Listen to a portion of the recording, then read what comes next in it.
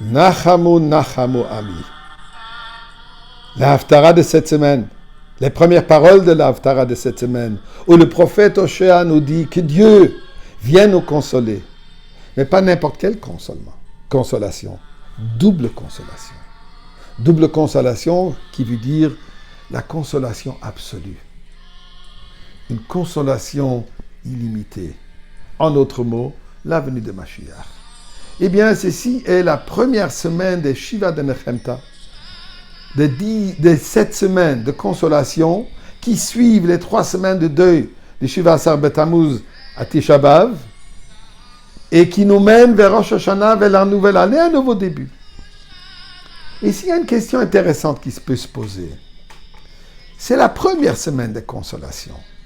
Donc, on vient de sortir du deuil, on vient de sortir de la destruction du temple, on est encore dans cette douleur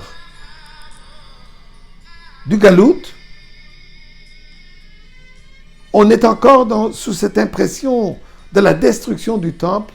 Ne serait pas plus logique de dire que on nous annonce un meilleur moment, on nous annonce une amélioration, mais pas tout de suite nous dire le tout.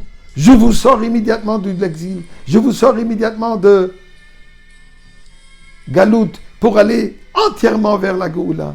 Pourtant, nous savons qu'au temps du Midbar, quand Am Israël est sorti de Mitzrayim, ça a pris 40 ans avant qu'on était prêt pour rentrer en Eretz Israël. Alors pourquoi tout de suite, la première Haftara de ces 7 Haftarot, on commence tout de suite avec, comme pour dire ici au Québec, avec tout le paquet. Qu'on nous dit tout de suite, Nachamu, Nachamu, Ami, on va vers la délivrance totale. Pourquoi pas nous prendre étape par étape?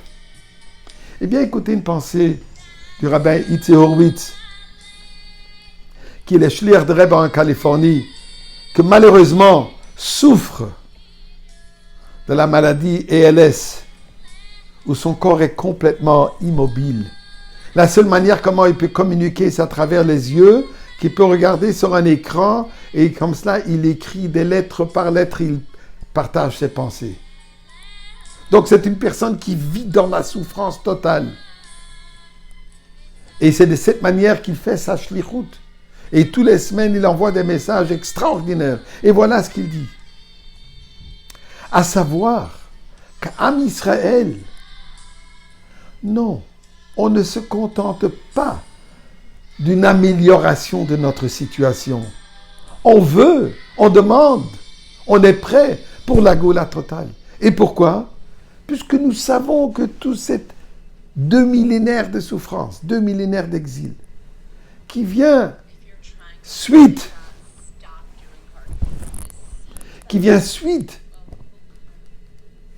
à les exils précédents, l'existence du premier et deuxième Beth Amikdash, ce n'est pas quelque chose de particulier, c'est un processus qui a commencé au début de la création.